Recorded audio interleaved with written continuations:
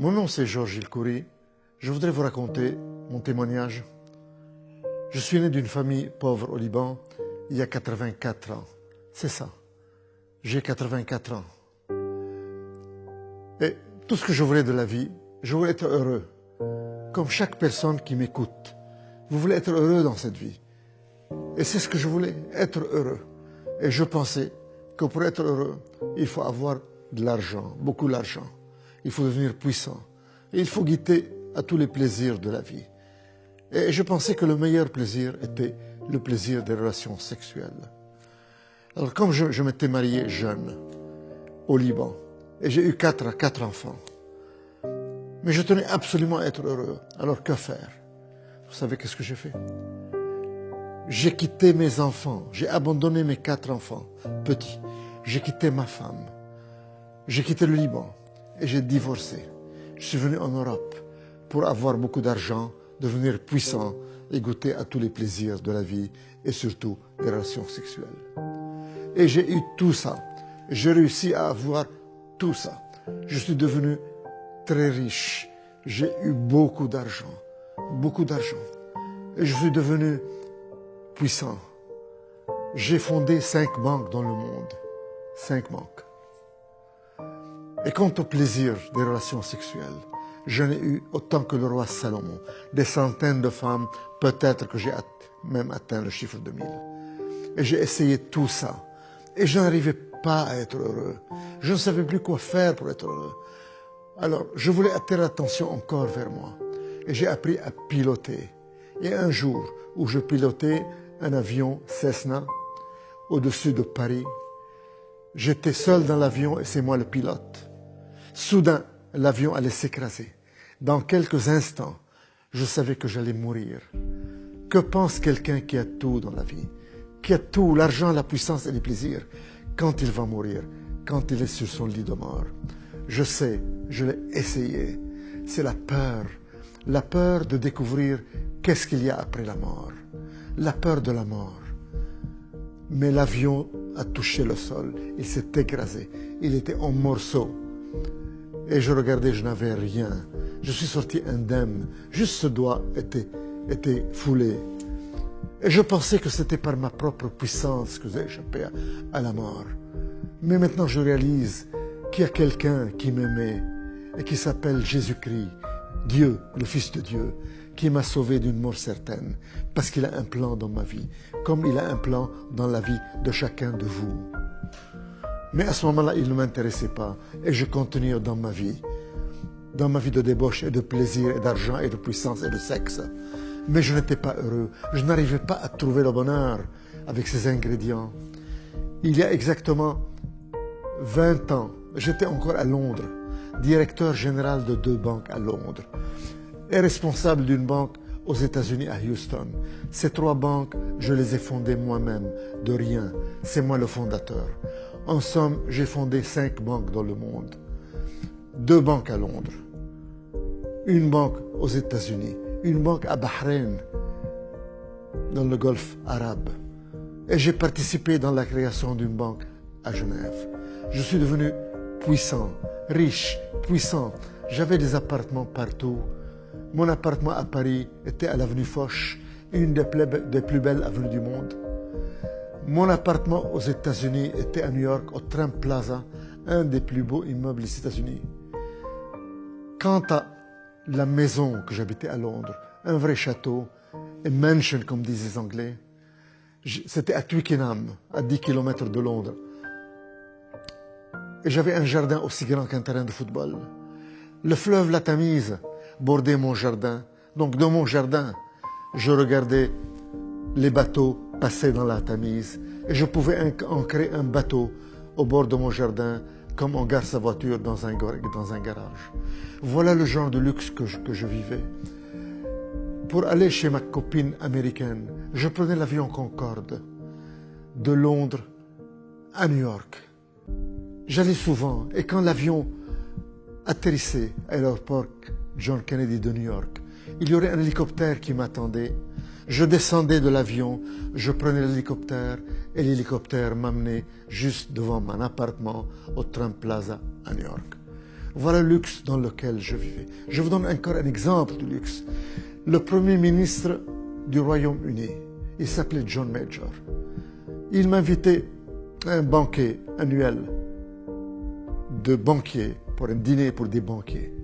Et je me rappelle, je recevais l'invitation et je déclinais l'invitation du Premier ministre.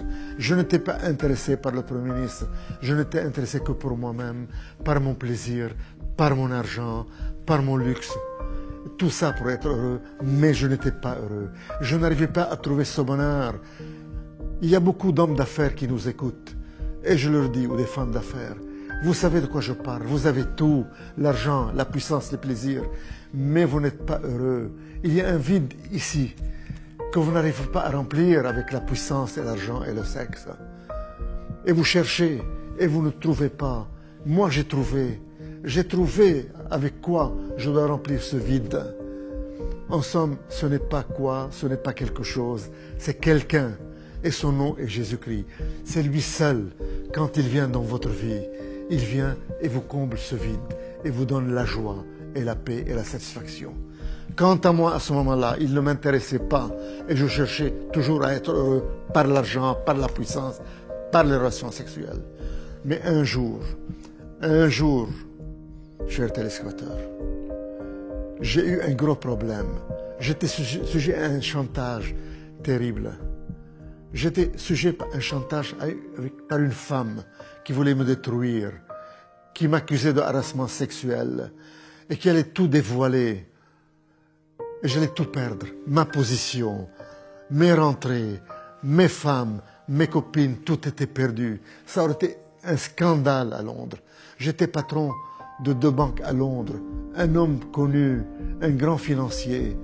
Et le scandale aurait éclaté le lendemain et j'aurais tout perdu.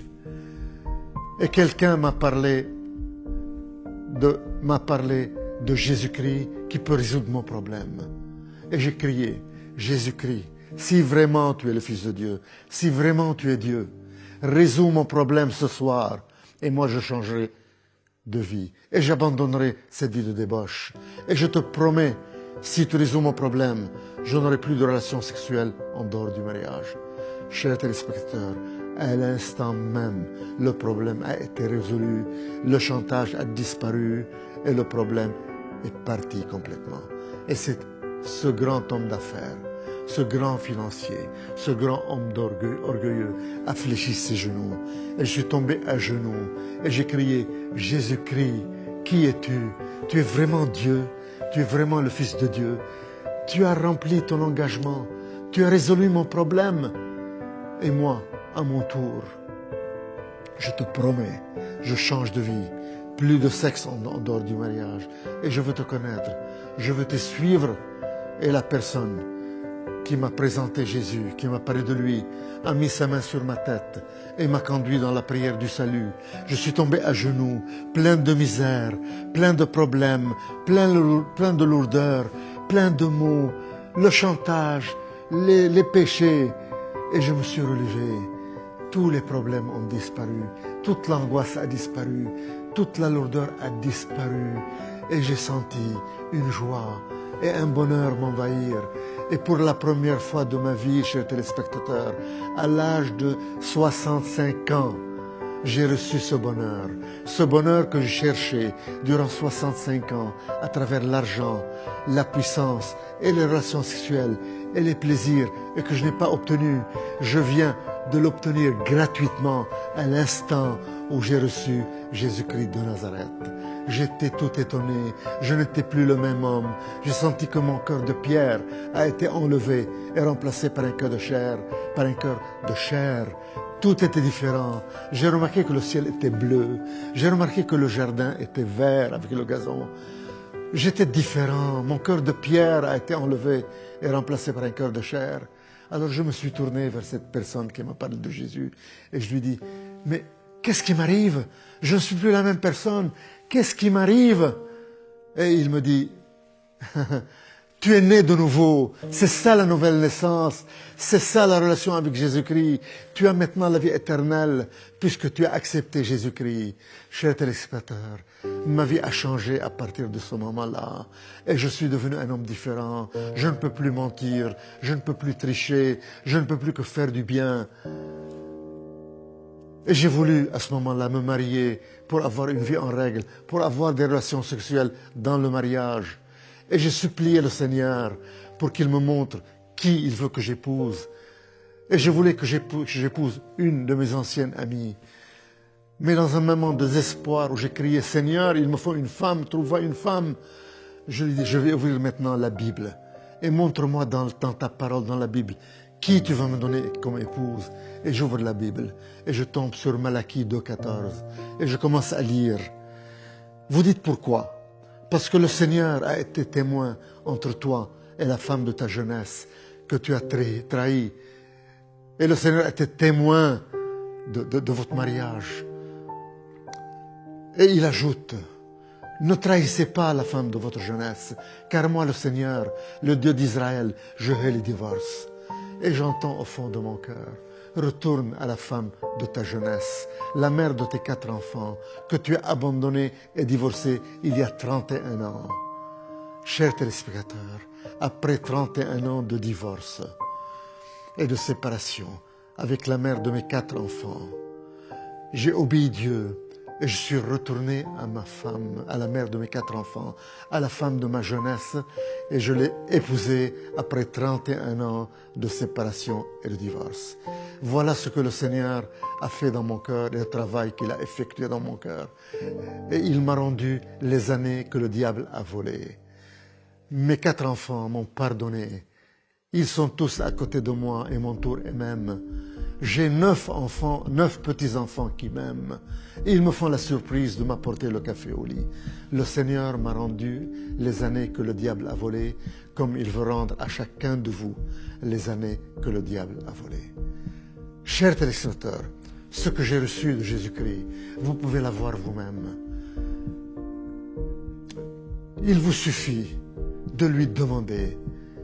Dites-lui, ouvrez votre cœur et dites-lui, si c'est vrai que tu es puissant, si c'est vrai que tu es Dieu, si c'est vrai que tu es le Fils de Dieu, touche-moi, rends-moi les années que le diable a volées, change ma vie, subviens à mes besoins, montre-toi à moi, donne-moi ce bonheur que je cherche toute ma vie, que je ne trouve pas. Viens dans mon cœur, je te donne ma vie, sois mon Seigneur et mon Sauveur, je vais te servir. Donne-moi la vie éternelle, pardonne mes péchés. Mes frères et sœurs, si vous lui ouvrez votre cœur de cette façon et vous lui parlez ainsi, sachez qu'il vous a déjà touché et que votre vie ne sera jamais la même. Sachez que vous êtes né de nouveau, que votre passé a été pardonné et oublié et que vous commencez une nouvelle vie, un nouveau départ avec Jésus-Christ dans une vie de bonheur et de joie, et que vous allez hériter le royaume des cieux, et que vous êtes sauvés, et que vous n'allez plus mourir. Un jour, vous fermerez les yeux, mais vous ne mourrez plus, vous continuez à vivre. Immédiatement, vous passerez en présence de Jésus-Christ au ciel pour l'éternité. Gloire à toi, Seigneur. Seigneur, donne-leur ce que tu m'as donné. Seigneur, enlève le voile qui couvre leur visage. Montre-toi à eux et donne-leur le salut, Seigneur. Qu'ils te découvrent, Seigneur. Qu'ils te servent, Seigneur. Gloire à toi, Seigneur, Roi des rois et Seigneur des seigneurs.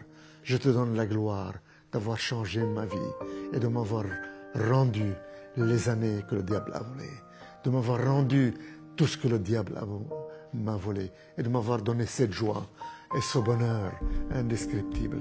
Tu m'as enlevé la peur de la mort, car je sais que je ne mourrai plus, mais que je vis déjà dans l'éternité avec toi, Roi des rois et Seigneur des seigneurs. Amen.